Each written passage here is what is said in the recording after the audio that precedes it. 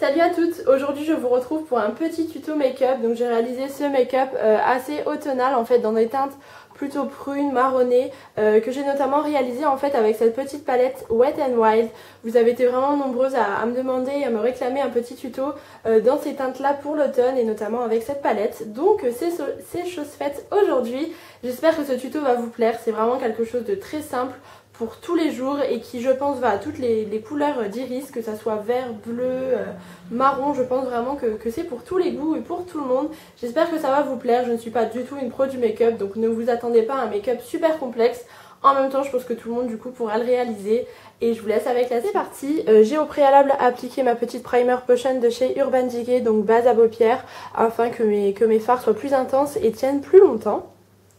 Et ensuite je vais appliquer tout d'abord le Color Tattoo en teinte 70 métallique pomme granade, qui va me servir en quelque sorte de base en fait, afin que les fards que j'appliquerai juste après soient plus intenses. Donc il se présente comme ceci, c'est une teinte vraiment idéale pour la saison. Et en fait j'y vais au doigt, je ne prends pas de pinceau, mais bien sûr ayez les mains très propres lorsque vous l'appliquez. Donc je prélève un peu de matière et je vais venir en appliquer de manière assez grosse comme ça, enfin sans être trop précise.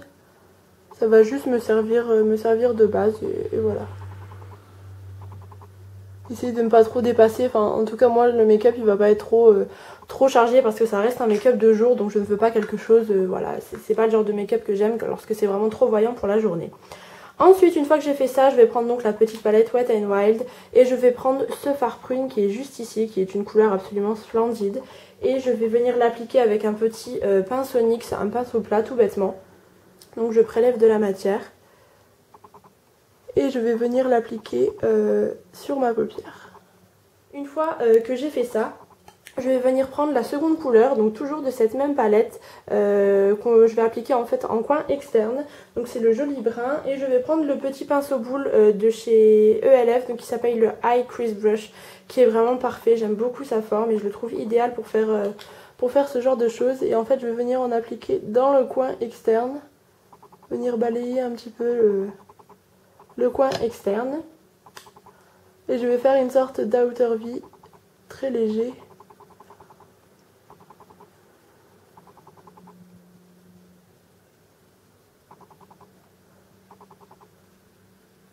C'est vrai que j'aime beaucoup mêler ces deux couleurs pour l'automne. Je trouve qu'elles se marient vraiment super bien, elles vont très bien ensemble.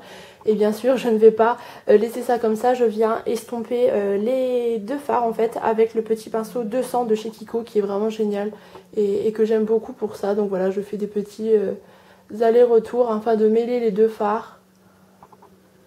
Et surtout que la coupure en fait ici avec l'arcade sourcilière en dessous ne soit pas trop prononcée et trop nette. Donc j'essaye de faire quelque chose d'assez flouté. Et si besoin je remets un petit peu de matière. Donc là je vais venir prélever un tout petit peu de fard brun afin d'intensifier un petit peu tout ça.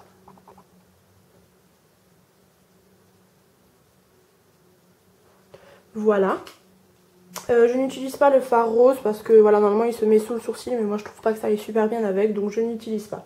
Ensuite, pour venir unifier en dessous de mon arcade sourcilière, je vais prendre un fard de chez Bare Minerals qui s'appelle Mademoiselle, qui est un fard en poudre libre, qui est un espèce de champagne, je vais essayer de pas en mettre partout, absolument divin, avec le Crease Brush de chez Real Techniques qui est parfait, qui est un gros pinceau boule très fourni, et j'aime beaucoup pour appliquer ce genre de matière.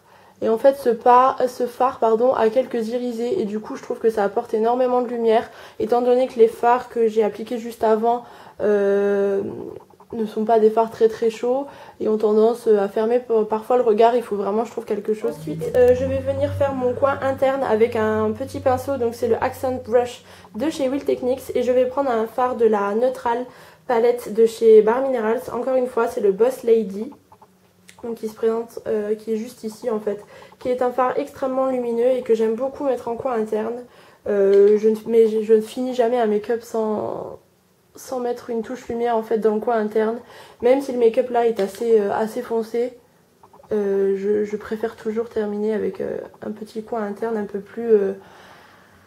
peu plus éveillé. Et je vais venir en fait faire mon ras de cils inférieur avec le fard brun que j'ai appliqué en coin interne tout à l'heure, en coin externe pardon tout à l'heure. Je m'emmêle les pinceaux et en fait je vais venir juste appliquer un tout petit peu de Fix Plus sur le pinceau. Donc c'est un petit pinceau biseauté que j'ai eu dans la Little Box. Je vais appliquer un peu de Fix Plus parce que le fard a tendance à être un petit peu poudreux, donc pour éviter les chutes en fait dans le en dessous. Oups, si je me trompe. Et donc je l'applique simplement en ras de cils, vraiment près des cils.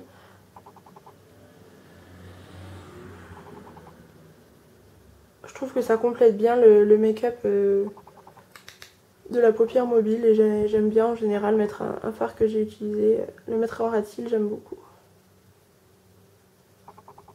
Voilà. Ensuite, un petit coup de crayon couleur chair en fait dans la muqueuse. Donc c'est le crayon yeux scintillant de chez Sephora en teinte Twinkie Gold.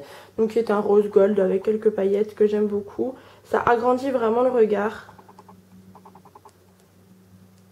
Et en général j'aime toujours appliquer un crayon de ce genre là. Ensuite je vais venir appliquer un crayon colle en fait en muqueuse supérieure. Vous pouvez tout à fait appliquer un eyeliner noir ou dans les tons prunes. Moi voilà, je veux pas charger trop le make-up, donc je vais appliquer un de chez Bare Minerals qui s'appelle Run the Rock, qui est noir tout bêtement. C'est vraiment le crayon noir basique et je vais venir le mettre en muqueuse supérieure. Ça va juste redéfinir un petit peu mieux et en plus donner une impression de cils plus fournie et plus chargée. Donc c'est quelque chose que j'aime beaucoup et voilà, c'est une petite astuce. Voilà. Ensuite, pour les yeux, je vais venir recourber mes cils simplement avec un petit recourbe-cils de chez ELF. Et je vais utiliser le mascara de chez Essence, le Get Big Lashes, qui se présente comme ceci. Ce n'est vraiment pas mon mascara préféré, je dois vous l'avouer, mais en même temps je l'ai ouvert, donc il faut bien que je l'utilise. Je trouve qu'il a tendance à faire des paquets, bien qu'il fasse beaucoup de volume.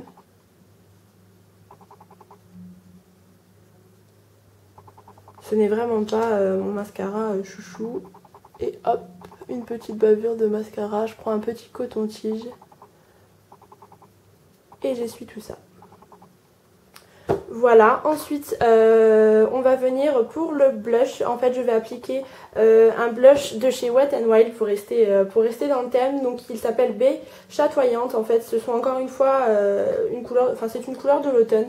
C'est un espèce de rouille assez irisé et il est hyper pigmenté, donc il faut y aller mollo. Et je vais l'appliquer avec le blush de chez Real Techniques. Donc j'en prélève à peine. Vous voyez, je l'ai à peine tapoté et il est déjà très pigmenté. Donc j'en dépose légèrement sur ma joue. Je vais appliquer un petit highlight afin d'éveiller un petit peu tout ça. C'est le 101 Crystal Rose de chez Kiko.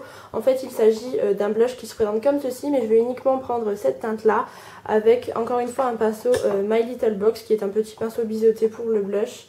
Donc je prélève un petit peu de matière et je vais juste l'appliquer sous l'ossature des joues et sur les tempes.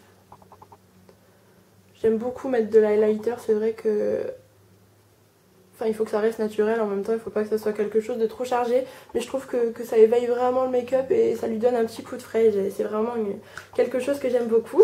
Et ensuite je vais terminer ce maquillage avec un rouge à lèvres, bien évidemment. Il s'agit du CoverGirl en teinte 260 Evenly Paradisiaque. Je voulais un rouge à lèvres assez nude pour aller avec ce make-up des yeux. Comme je vous le disais, c'est un make-up de jour pour moi, donc j'ai choisi un joli rose comme ceci. Il est vraiment extrêmement joli et je trouve que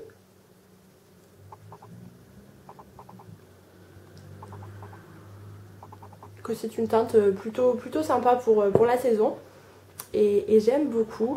Je vais juste passer un petit coup de Fix Plus pour fixer le make-up et éviter ce côté trop poudré du maquillage. Donc voilà, c'est terminé, j'espère que cette vidéo vous aura plu. C'est vraiment un make-up hyper simple, hein. Je ne suis pas trop douée pour ça non plus. Mais j'espère que ça aura pu vous donner des idées. Je vous fais plein de bisous et on se retrouve bientôt. Ciao tout le monde!